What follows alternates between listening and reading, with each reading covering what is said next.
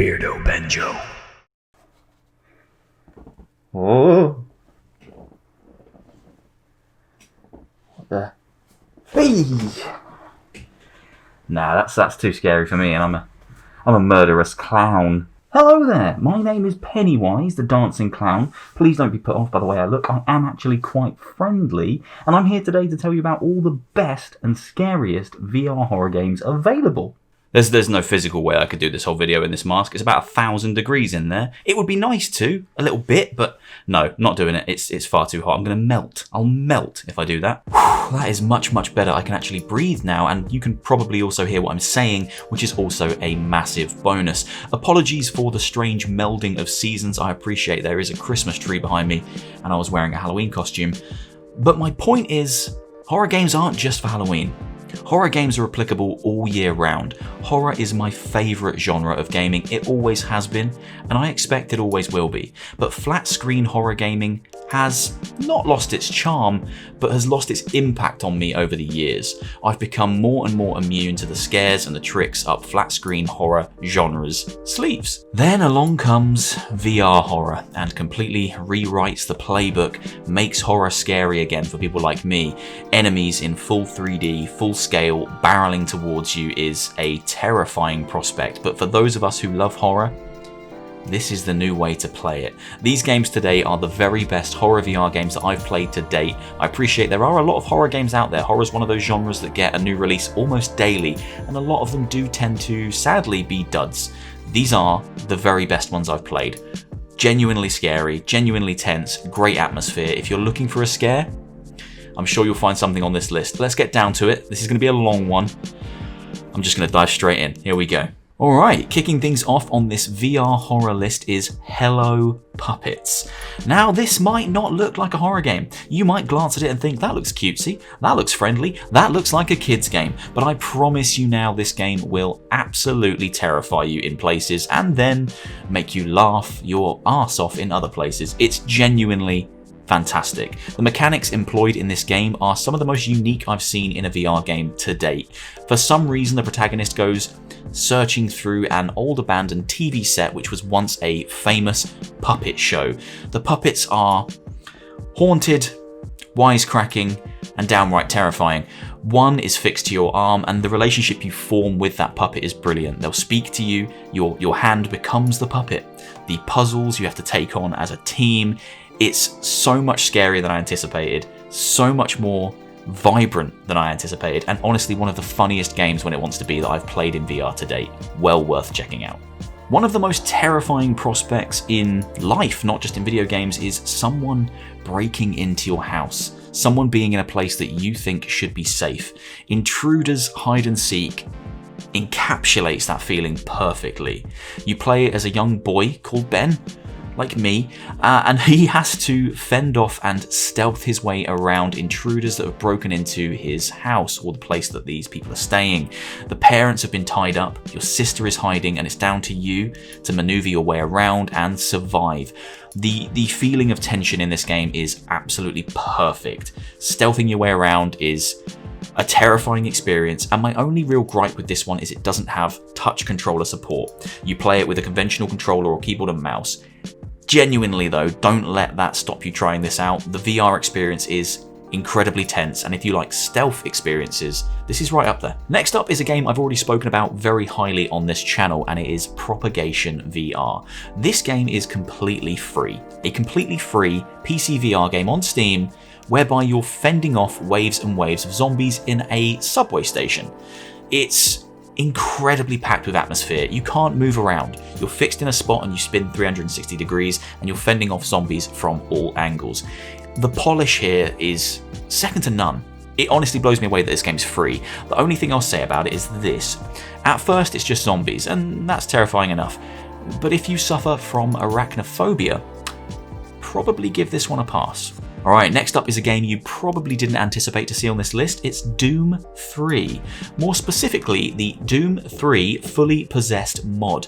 This is a full VR mod of the most horror genre-esque Doom game that there is. Doom 3 always felt like a bit of a strange one to me in terms of the Doom series. It's a far more tense, taut atmosphere-based horror game. It's a horror game. It's terrifying. Doom is usually run and gun, gory, bloody amazingness. And this is still that, but it's far more horror than its counterparts. And the Doom 3 fully possessed mod means you can play the entire thing in VR. It's also possibly coming to Quest, so watch this space.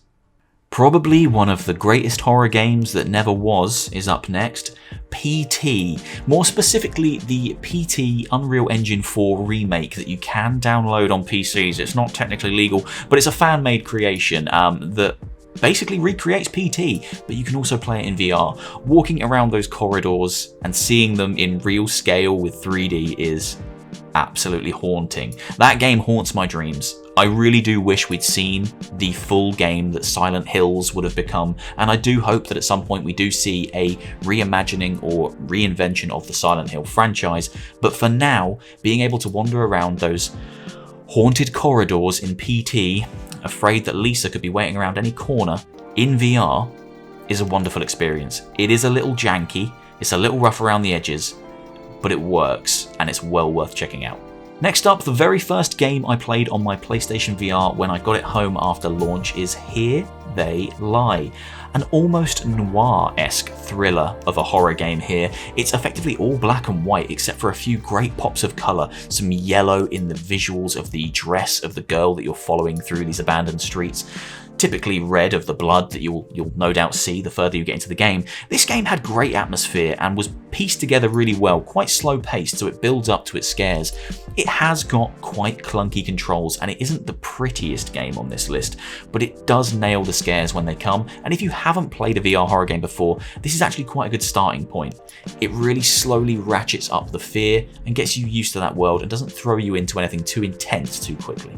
The first of many games that have you exploring a haunted mansion now. Don't knock twice. Yes, it may be a little formulaic and the setup of wandering around a spooky old mansion, solving puzzles, interacting with objects is a little played out, but this game does it particularly well. You're pursued throughout by Baba Yaga, a terrifying witch who definitely wants you dead. The tension is there, the environments look great, and it's one of the first experiences in horror VR that I had where I was exploring that kind of environment. I'd done it many times before in flat screen horror games where I'm walking around a mansion solving puzzles, and this was one of the first ones where I did it in VR, so it's got a bit of a special place in my heart. It might not set the world on fire, but definitely worth checking out if you can pick it up reasonably cheap.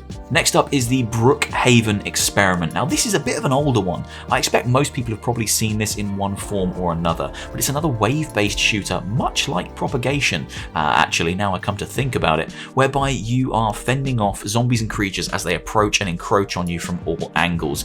This one genuinely terrified me when I first played it because things can sneak up behind you without you realising until you turn around and my god, they're right there. It's a great example of VR horror when you want to scare a friend. Chuck them in there. Tell them to see how long they can survive. The enemies are grotesque and they get to the point where they are huge and lumbering and genuinely quite awe-inspiring.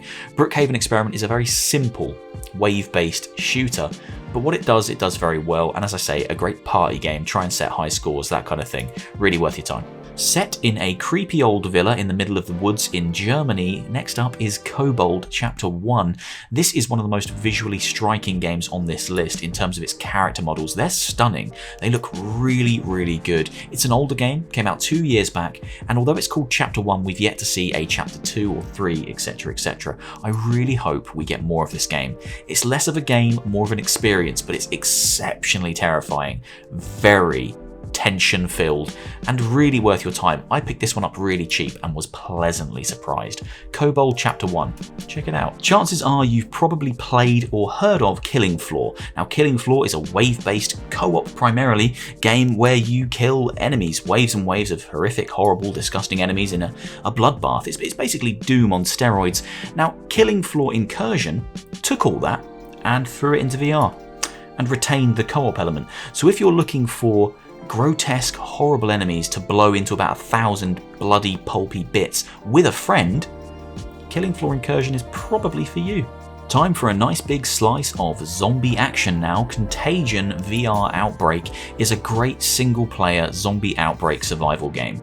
It's a little bit linear, don't get me wrong, and it doesn't quite have the polish of something like Arizona Sunshine. Spoiler alert, that's coming up soon, but it does nail that kind of feeling of slow, shambling zombies and the fear of them encroaching on you and you just needing to survive. If you want to live out your greatest George A. Romero fantasies, then Contagion VR is a great place to start. Shambling zombies await, and there's even a free demo on Steam if you want to test the waters before jumping into the full price product. My favourite kind of horror has always been psychological horror. My favourite horror film is The Shining, and this next game, Rise of Insanity, toes that line between what's real, what's not, where's reality, where's fiction perfectly. You play as a psychology doctor testing a new experiment on a brand new patient, but things aren't quite as they seem. A terrible fate has supposedly befallen your wife and child, and it's up to you to go on a quest and figure out exactly what's going on and where does reality start and fiction end. It's all a little bit upside down, topsy-turvy, wibbly-wobbly, but it's a very good time, and if you like psychological games, this one will give you a run for your money. Have you ever wanted to be the star of your very own graphic novel or comic book? Good news, you can be, as long as you don't mind terrifying creatures coming to try and kill you every 5 minutes with Lies Beneath. This is honestly one of my favourite games in VR in terms of visual style. They've really tried to do something different. They haven't gone hyper-realistic and they haven't really even gone cartoony. They've gone straight down the middle and tried to make it look like you're part of a living, breathing graphic novel. And it works. It really, really works. This action-adventure game is wonderful on the eyes. Play it, even if it's just to check out the visuals. The creatures are terrifying, the combat's great, but the visuals are what sold me on this immediately. I'm a big fan of comic books, and it felt like I was part of one, which was just wonderful. One of my favourite horror games of 2020 in general right now, Blair Witch. This game might not be the most out-and-out terrifying game. It isn't Jump Scare City, it's slow build atmosphere for almost the entirety of the journey, but when it gets to the end and you get to the payoff, it's fantastic. It's a perfect recreation of some of the moments in the film that I didn't think they'd be able to translate into a game, but they did so fantastically. There is now a Quest version that you can play in VR. Yes, the visuals might not be on par with the full release PC version, but the atmosphere, the feeling of tension, the feeling of being lost in those woods is all still intact, and it's well worth checking this game out. Just make sure you've got nerves of steel for when you get to the house, because it ain't great. A sequel for this game was announced recently, but the original is still worth your time, MONSTRUM. MONSTRUM has a very simple concept. You're dropped into a ship, a transport ship, and you basically need to get off the ship. You need to find components for your helicopter to fix it and get the hell out of Dodge. The problem is, every time you spawn in, the components are in different places. So you're scrambling through these tight corridors, trying to find these parts that you need to fix your transport and leave.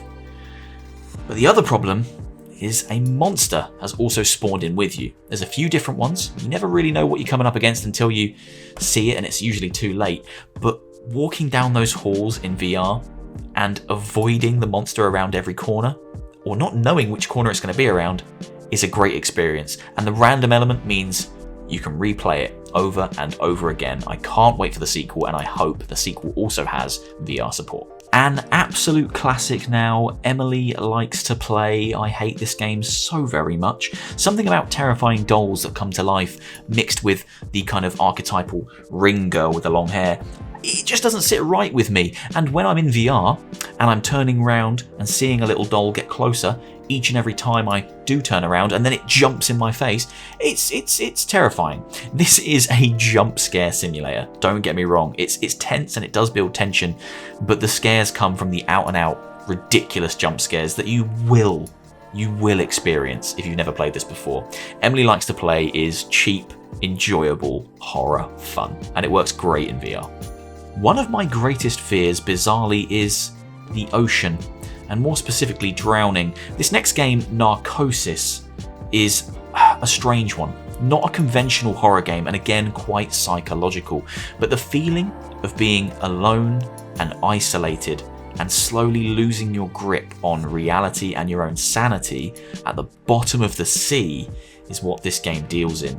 Some genuinely terrifying moments mixed with some quite philosophical thoughts about life and how we keep hold of our own sanity. This game is a great thinker and also a great horror game.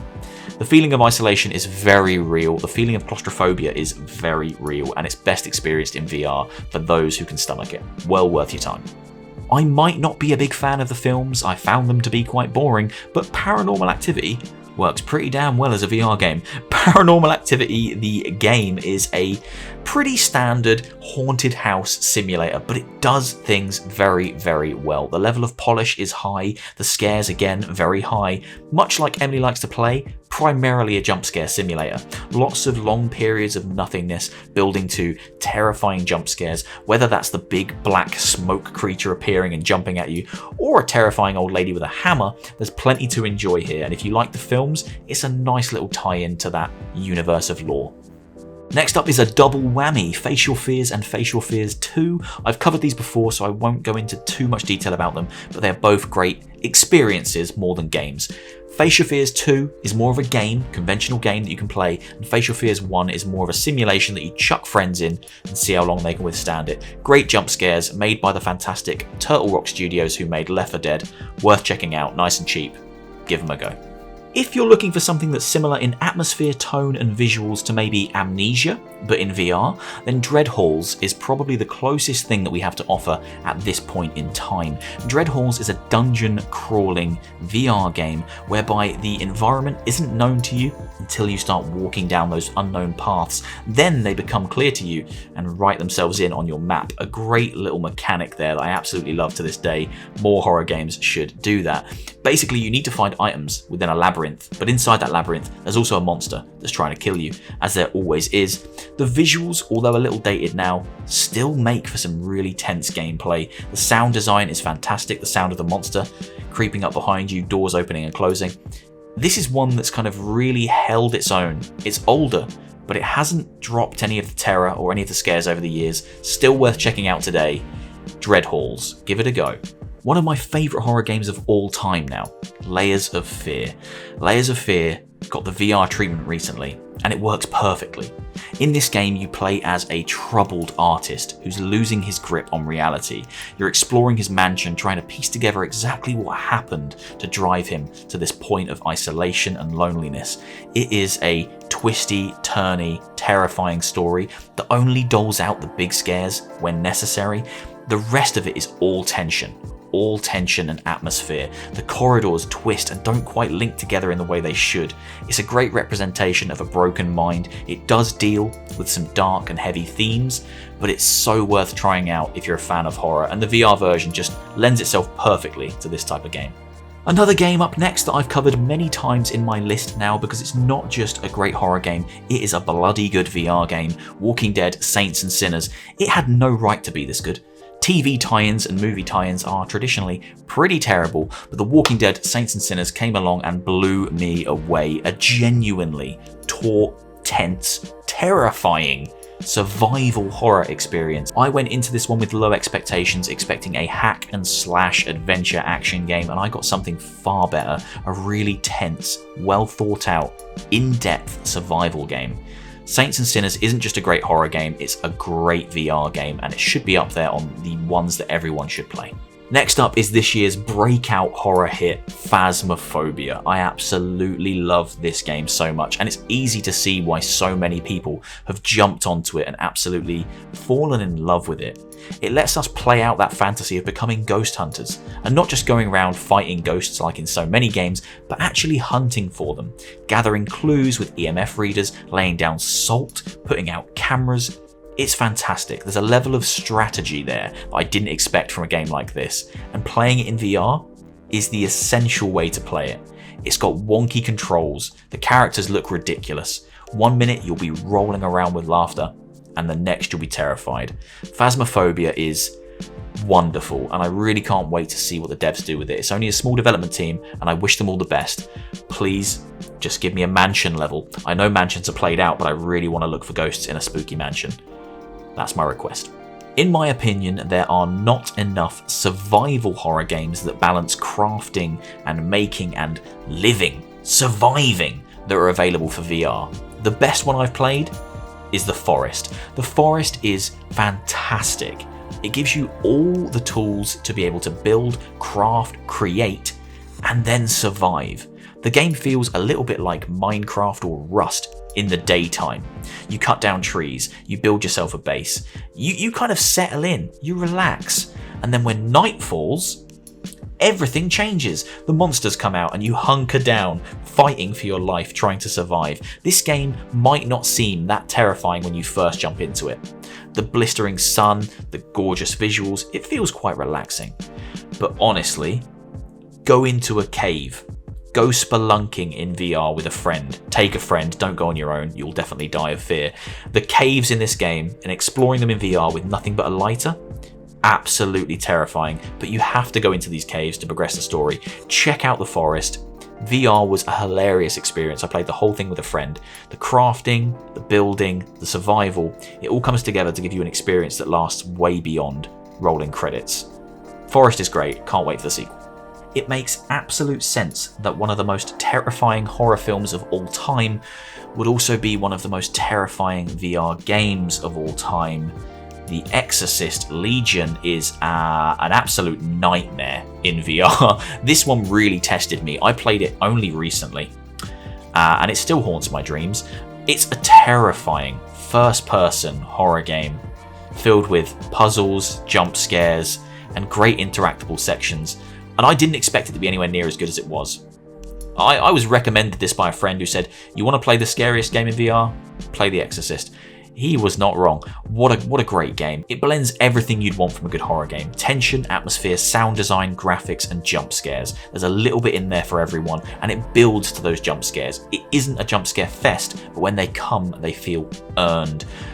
Exorcist the Legion is probably one of the best, if not the best, scary VR game.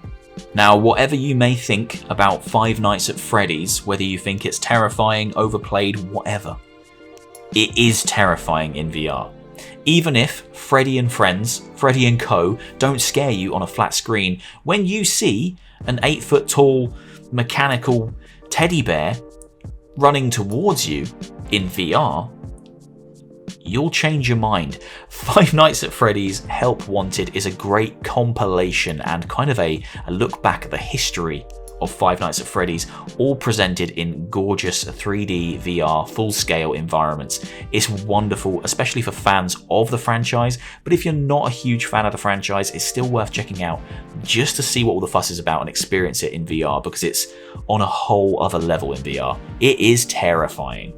Have you ever been to the fun fair and gone onto one of those little haunted house rides? You jump into the car and you go round and kind of a ghost will pop out on a stick or like a skeleton and someone will go boo, and it's really not that scary.